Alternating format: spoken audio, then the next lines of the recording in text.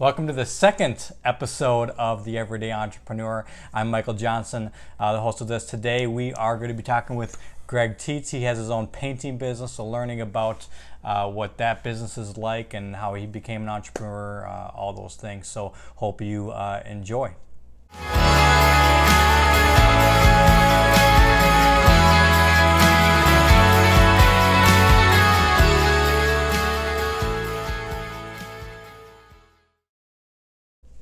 So, Greg, thanks for being on. Yeah, thanks for having me. Yeah, so we know each other kind of from, I guess, a few different ways, but mainly basketball related. Yep. We both coach basketball at the same high school. Yep.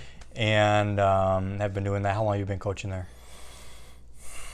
5 years? Yeah. 6 years now? I think we've been doing it for 8 or 9 years, something like that. So that's cool. And then we play basketball together, rec basketball. Try. Yeah, try. Yeah, Greg's a lot better than me. He's taller, so he's got that for sure. That makes me and better. Everything else, shooting and defense and everything else too. He's better at. But yeah, so we know each other, from a few different ways. And I don't know how annoying it is to you, but I'm one of the reasons I started this show is because I love learning from people's businesses. So sometimes we'll be playing basketball, we'll be on the side between games, and I'm just asking him like 1,000 questions about his business because it's just fascinating to me. But yeah, so tell us a little bit about your business. What do you do? All that. I paint houses. Paint interior, exterior today on site. Yep. Removing wallpaper, prepping the walls to give them a new look. Yeah. So, but yeah, texture ceilings. Along the way, from when I started my business, I kind of try to add a little something here and there just to keep jobs rolling in. Yeah. So I've increased what I do. Yeah. Now that I'm getting older, I'm decreasing what I do. So, but yeah, pretty much almost anything to do with painting and kind of home improvement. Yeah. How long have you had your business then? I started my business in 1999. Okay. So almost going on 20 years. But I've been painting. I painted for 5 years for a commercial contractor before that up in the cities. Did some painting when I was at college. Did some painting when I was in high school. So yeah.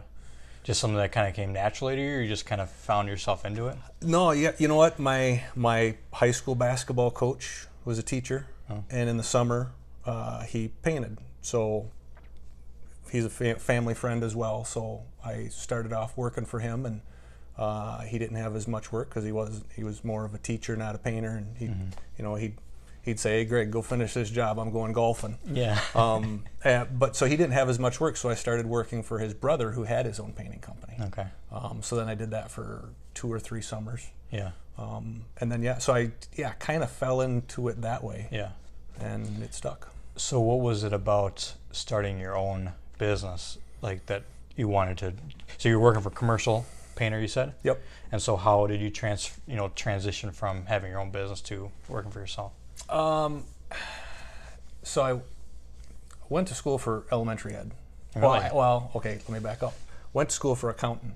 Okay. I was going to be an accountant because then I could take my summers off and go golfing. But then, so I graduated and started putting applications out.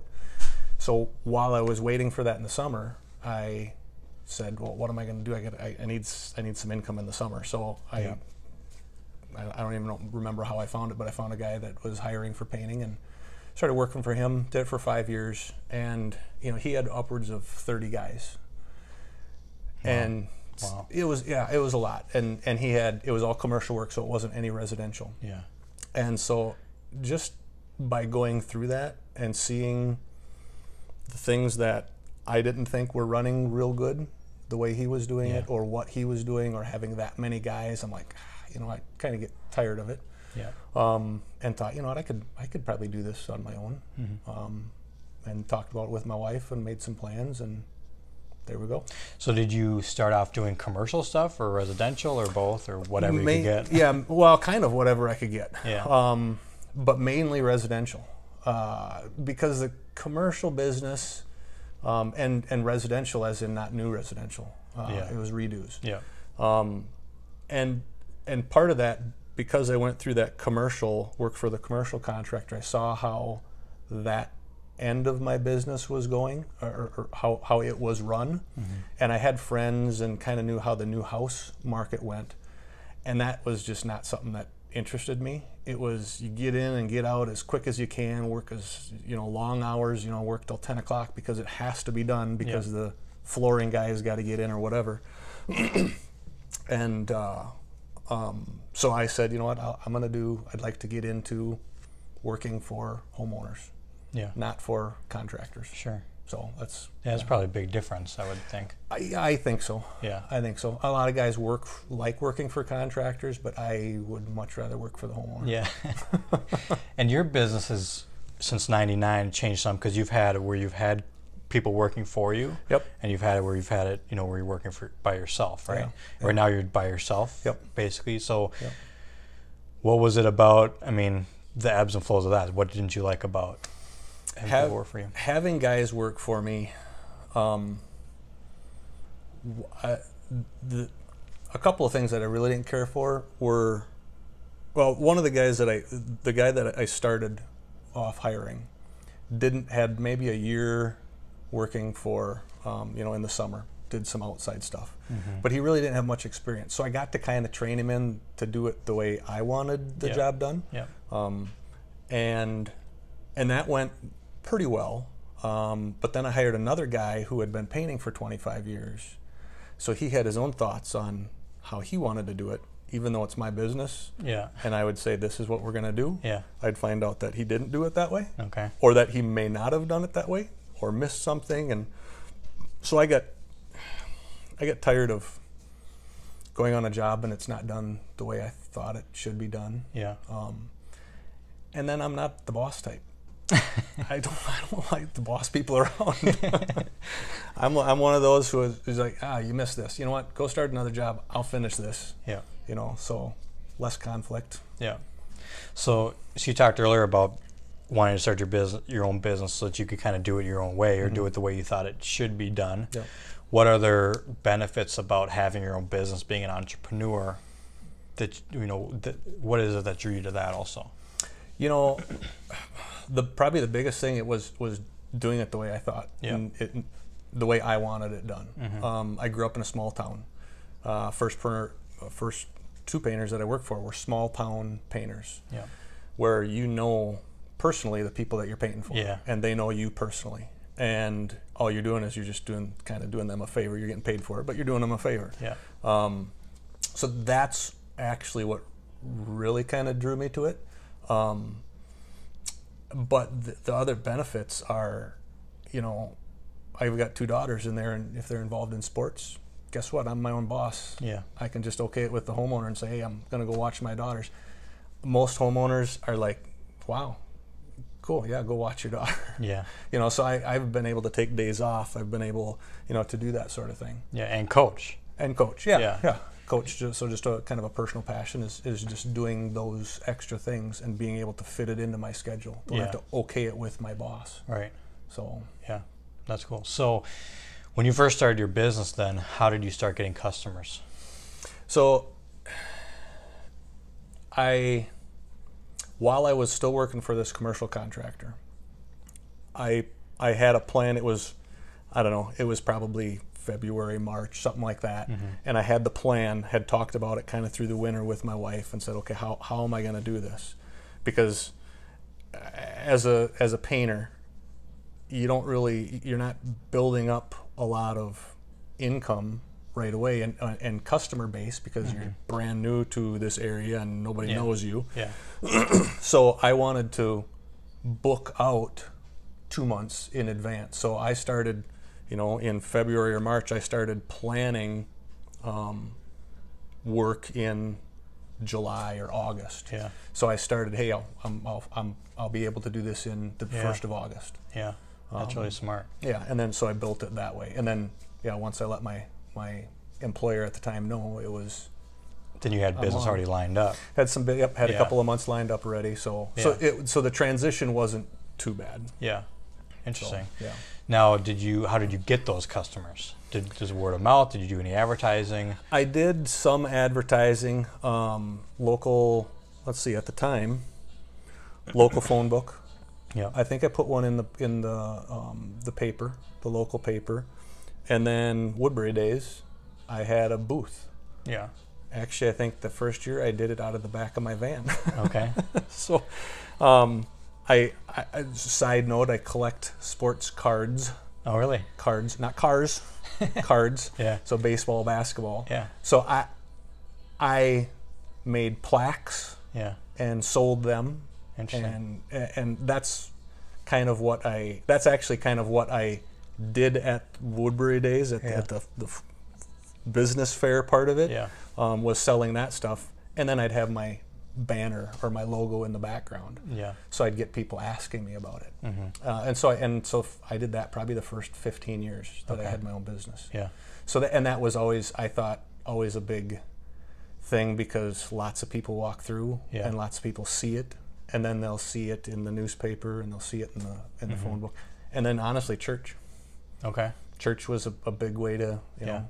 I was a church goer, so it Just was connecting with people. Yep, and, connecting hey, with what people. Do you do? Yeah. I think one of my first customers was a lady from church, and she, to this day, we're still friends, and she remembers me bringing my oldest daughter at the time to come and help me tape the bass, Hannah, and you know, and that sort of thing. So yeah, she must have done a fine job if she was okay. At 5 years old, she was okay. So now, fast forwarding then, do you still do much advertising, any advertising, or is it kind of pretty much all return business or word of mouth? Pretty much all word of mouth. Yeah. I haven't done Woodbury Days now for probably 5-6 years. Mm-hmm. And I wanted to kind of see how that went. But I did, you know, that was advertising. I really didn't line up jobs at Woodbury Days. It was more, I'm here for questions. Yeah. Had the banner behind me, so people asked, so people saw it. But I don't have, I think 2 years now, I haven't had an ad in the phone book. Mm-hmm. Just because most of my customers are repeat or family members of customers, neighbors, that sort of thing. Yeah. So I don't do much for advertising anymore. Yeah. So side topic here, phone books probably have gone down quite a bit. Did you see a response from that advertising go down a lot as that in? You know, I never really tracked it. I always, entrepreneurs track things. I really didn't track how I got some of my business. I kind of tried to start doing that. Yeah. And then, you know, that's entrepreneurs, don't listen to this. I was a little lazy. So I was like, it's too much work. Yeah. No, I'm busy. I don't have to do Right. that. But, you know, I mean, the other thing is it was the Woodbury, the community phone book, and I think that was probably a little more used. Sure. I still find that if you're living in a certain town and you're looking for business, you're probably going to try to go to someone who's in that town. Yeah. And that's, hey, where do you live? Yeah. Are you from here? Yeah. You know, Cottage Grove. Well, I'm almost Cottage Grove. Yeah, I'm in Woodbury. I'm almost Cottage Grove. Yeah. So they know that, hey, Neighboring city. Yep, I'm in the area. I'm not someone from, you know, the north side or the, you know, whatever. Yeah. Okay. So. Interesting. Yeah, because the phone book deal has got to be a lot different than what it used to be. Yeah. And still, I've got a website. Okay. And I've probably had it now for, you know, I'll say 10 years. I started it, and I haven't touched it since. Yeah. So it's out there, yeah. But I haven't updated any photos. You know, again, entrepreneurs, don't do that. You know, update things. And you think internet, you know, Google constantly. I have Google people constantly calling me. Yeah. But I honestly don't do a lot off of that either. Yeah. So. Yeah, I mean, well, the nice thing for you is that you're getting business. You know, if it'd be one thing if you weren't getting business, then you got to look at, okay, what else can I do? What can I do differently to drum up business? But when you're getting it, you know, so it's good to think ahead and you know, broaden other ways to get business. But if you're staying as busy as you, especially as with being one man, just one guy too. I mean, that when I had the two guys working for me, I felt a little more pressure, as in. Okay, I really got to keep on. Where am I getting my jobs? Yeah. How can I get more jobs? Yeah. And now, honestly, I mean, there's times when I'm like, I get people that call with advertising. Hey, we're advertising in, Yeah. you know, whatever it is. And I usually say, you know what, I'm not interested, because for me right now, I don't need my business to grow. I need it to stay status quo. And they're always like, you don't want your business to grow? And I say, if I'm booked out for 2 months, Yep. and if I got people that are calling me for painting and they need someone in 2 weeks, and I'm constantly saying no to them, Yep. they're going to eventually stop calling me, and then that's going to start taking hold, where more people are not going to call me because, Yep. why call him? I know he's busy. Yeah. So almost more advertising for me right now would be not beneficial. Yeah. That makes sense. I mean, I feel bad saying that, Yeah, no. that I don't want to advertise, but Right. you know, I know what you mean. I mean, you got, like I said, you got enough business that you can handle. yeah, And which is great. It's a Yeah. blessing. Yep. But at the same, and then you don't want to, like you said, you just don't want to keep saying no, because then that gives a certain impression then Yes. too. You know, you can't be there for your client base, so Yep. to speak. Then that's not great either. Yeah. So that makes sense. Yeah. So going back to when you started your business, so we talked about advertising. What, you know, for someone who out there who wanted to start their own business, own painting business, Yeah. maybe they're working for a commercial person, maybe they're working for somebody else. Yep. You know, what were some of the things I think, like you said, starting billing, that booking out, I think was really smart. Yep. What are some of the maybe other things you had to do, equipment you had to have, anything else? Yeah, I mean, that's the one thing about painting. Other than ladders, there's not really much overhead, because the paint, you got paint brushes, you've got rollers and ladders, drop cloths. But once you spend that, you know, $30 for a drop cloth, that drop cloth in essence really should last you for, I've got drop cloths that I've probably had for 20 years. Yeah. And they're still good. Yeah. You know, so there wasn't a lot of overhead, so I didn't really have to think about my overhead. When I got into, because I did painting, one of the things that I wanted to grow in was wallpaper. So regular wallpaper that you see in a home, but then also I did do some commercial stuff where they're 54-inch, you know, so they're 4.5 feet wide. So Yeah. you had a special paste machine. So that was something that I kind of worked for a little bit. Now I've got to make sure I get some work so I can pay for this, and, Right. you know, that sort of thing. But that was the one thing, there's not a whole lot of overhead Okay. with it. Yeah, I mean, obviously the paint is going to be job by job. It's not like you're using the same color paint for every Yep. job. It's going to be changing Yep. quite a bit. Yeah, and that's just built into the pricing. I mean, that's something that Yeah. I just build into the pricing of, you know, of that customer. Yeah. So- Well, that's a question I have. So Yeah. one thing I've always wondered about people like that do work like you do, or do remodeling, or do that kind of stuff. How do you, especially when you first start, how do you know what to bid on a job? You know, when you don't really know Yeah. all the components. When I first started, I did some work really cheap.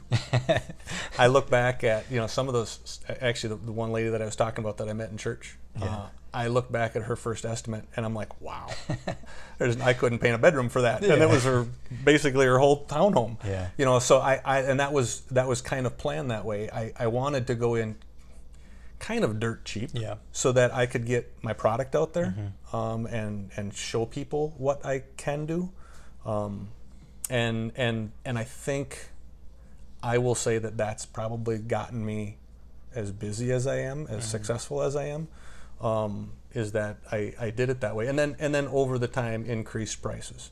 When I knew, hey, I'm 3 months out, now I've got to raise prices because I can't, you know, I need to start making a little bit more money. Yeah. But too, when the housing market went down in the mid 2000s, Yeah. or whatever it was, I had to drop my prices probably by 50%, Yeah. just to keep work. So you know, you raise and you lower with you know, supply and demand, kind of. Yeah.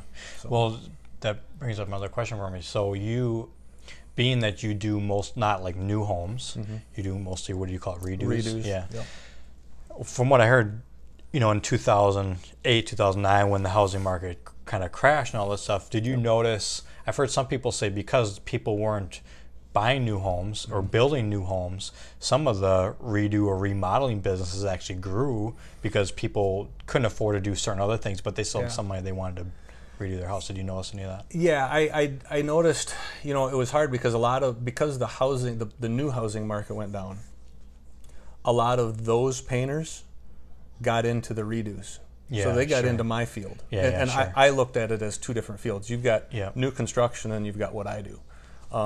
So a lot of the new construction painters weren't painting, weren't working nearly as long, so they got into doing saturated the market, saturated mine. Yeah. And so talking with the business, with the paint store owners and the workers there was, I don't remember numbers per se, but I know they said 50% of the painters that were around at that time, they're no longer in business. Yeah. So my thought was, if I can make it through the bad time, by lowering price and just keeping working, I'll be fine, because it weeded out, weeded out probably 50% of the redo painters. They got into some other business because they couldn't compete. Yeah, interesting. Okay. So getting back to entrepreneurship then in general. So you, we talked about kind of what you like about it. Mm-hmm. Being able to do your own work and kind of stand behind that and the time freedom and stuff like that. Yeah. What have been some of the biggest challenges for you having your own business? I wouldn't say it really was a challenge for me, but I know one thing for, I'll say, entrepreneurs is when I first started my business, I worked with a guy at the commercial job, and I said, Davey, would you like to come and work for me? Mm-hmm. Can we do this together? And he goes, you know what? If I don't have a boss, I'll have a hard time getting up in the morning. Yeah. He'd want to sleep in. So he works for his boss. Mm-hmm. I don't think he could work for himself. So that's something that, when you've got your own business, and talking with my daughters now who are getting up into, past high school, talking with them, and they've both expressed interest in maybe doing something for themselves, working for themselves. And I say that's just one thing. You've got to be able to spark it in yourself to get out of bed and I got to go do this, instead of I can let that go for a while. Yeah, that inner drive and you've got to have that, and that was something I think fortunately I was okay with. Yeah, there's still days where I'm like, do I really want to get up and I'm a little more later than but again, you customer service, you call that person, say, hey, I'll be a little bit late, running behind or whatever. Mm-hmm. Now that I let all my secrets out there, I'm sorry. But so I would say that's probably, and the other thing that I still probably struggle with my own business is actually scheduling time, personal time. Yeah. Because I feel like I have to keep working and have to make money. Yeah. When you have your own business, there's pretty much always something to do. Yeah. Right? And that's kind of the struggle of, okay, there's always something you could be doing and kind of in the back of your mind thinking, oh man, I should be doing this. I've been putting it off. Yep, your own stuff. And two, you've got to be able, for me, I've always had a hard time saying no. Yeah. So in my earlier years when someone, hey, can you do this? Oh, I'm pretty busy. I'm working 5 days already this week, but I could maybe work a couple hours on Saturday. And that was something that I really felt strong about. I didn't want to work a Saturday or a Sunday if I didn't have to. If I have to, the weather was involved or whatever, and it was late in the season, and I told someone I'd try to get it done by then, I would try.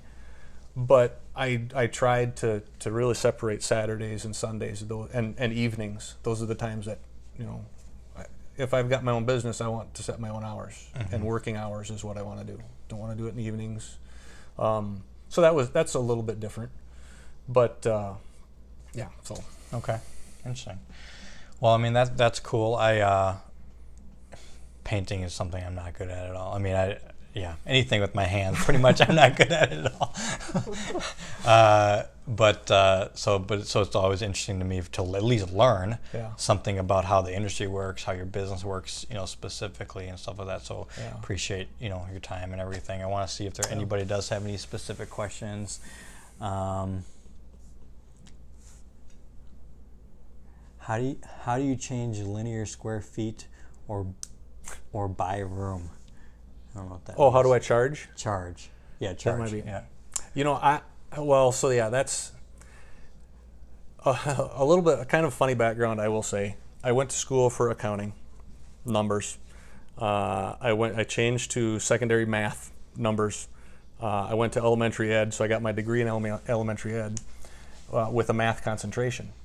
So when I go to a job, yesterday, I will look at a room and just know I need this much paint. Yeah. But people will say, oh, I'll leave you to do your measuring and your tape measuring stuff. And I say, I don't. I do it all by sight. So I've you ever just sitting there and just kind of like waste some time? Yeah. It's like trying to make it seem like I'm gonna counting the feet. So it is kind of, so I don't do anything by square footage. So I do all my stuff basically by sight, and I charge by the job.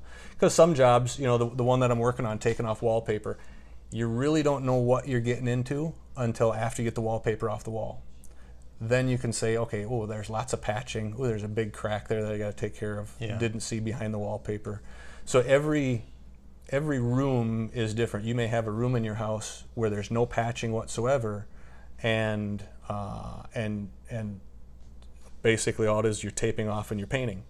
But you may have another room that's the exact same size, and there's cracks in the corner that you've got to fix.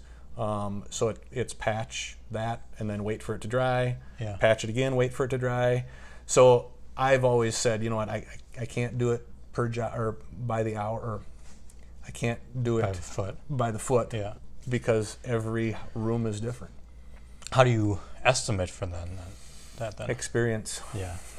Just I look at a room and say, okay, it's going to be about 2 gallons of paint. Yeah. It's going to take me about this long, that sort of thing. Yeah. So. Okay. Interesting. Yeah.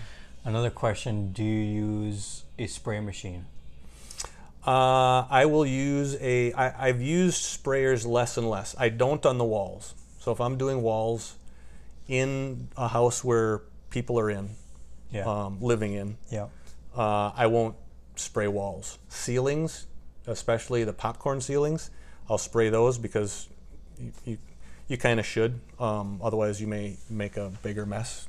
Popcorn comes down and all that stuff if you're using a roller. So I'll spray with that. Exteriors, I used to spray a lot more to get the paint on the surface that I'm painting quicker. But then too, if it's an exterior, you can spray, but then you still have to back brush it or brush the paint into the cracks and the crevices and all that. So now, and I've gotten to do less and less exteriors because I'm not as young as I was, not as spry. So I now am a little more picky with my exteriors, and I usually don't spray because you got to cover windows with plastic, and it's windy out, and it's hard working with plastic in the wind, and then you got the sprayer and you overspray, the wind takes that onto the neighbor's car. It can be kind of a pain. Yeah. So okay. So I spray every once in a while, but not consistently. Nice. And by the way, both those questions were from Donald. So good questions, Donald. Appreciate it. Yeah. Absolutely. Cool. So I appreciate your time. I'll put, even though you haven't updated your website and stuff, we'll put that link that here so you can check it out if you are in we're in Minnesota if you're watching from wherever, but in the Twin Cities. So do you kind of do all of the cities, or kind of you're in Woodbury primarily? I'm in Woodbury on the east side. I've done. It's easier for me to do estimates on the east side. I'll do estimates anywhere. I've gone up north for someone's cabin. I've gone down south to Rochester. The hardest thing, that's the other part of having my own business and not having anyone work for me. If I'm doing estimates, it's probably not going to be during the working day, unless it's over lunch or something like that, or on the weekend. So usually Saturday mornings or something that I'll go do estimates. So if I'm doing an estimate on the other side of the cities or more than 45 minutes away, I usually have to say, okay, I'll try to get over there at a certain time, but I'm not sure because I still got to finish the job that I'm at, and stuff like that. So, but stick mainly to the east side, but I go a little bit everywhere. Okay. Well, like I said, we'll link contact information, so if you do want a great painter, he's your man. All right. Cool. Well, appreciate your time, Greg. Thanks for making part of your day. Thanks to the homeowner for letting Yes. us crash here and and set up and all that stuff. So appreciate it. So hope you enjoyed this episode 2 of The Everyday Entrepreneur. You can get more episodes at my website, michaelwj.com. Or you can subscribe to my YouTube channel, subscribe to the podcast on iTunes and Google Podcasts and all that. So, appreciate your time. Cool. Awesome.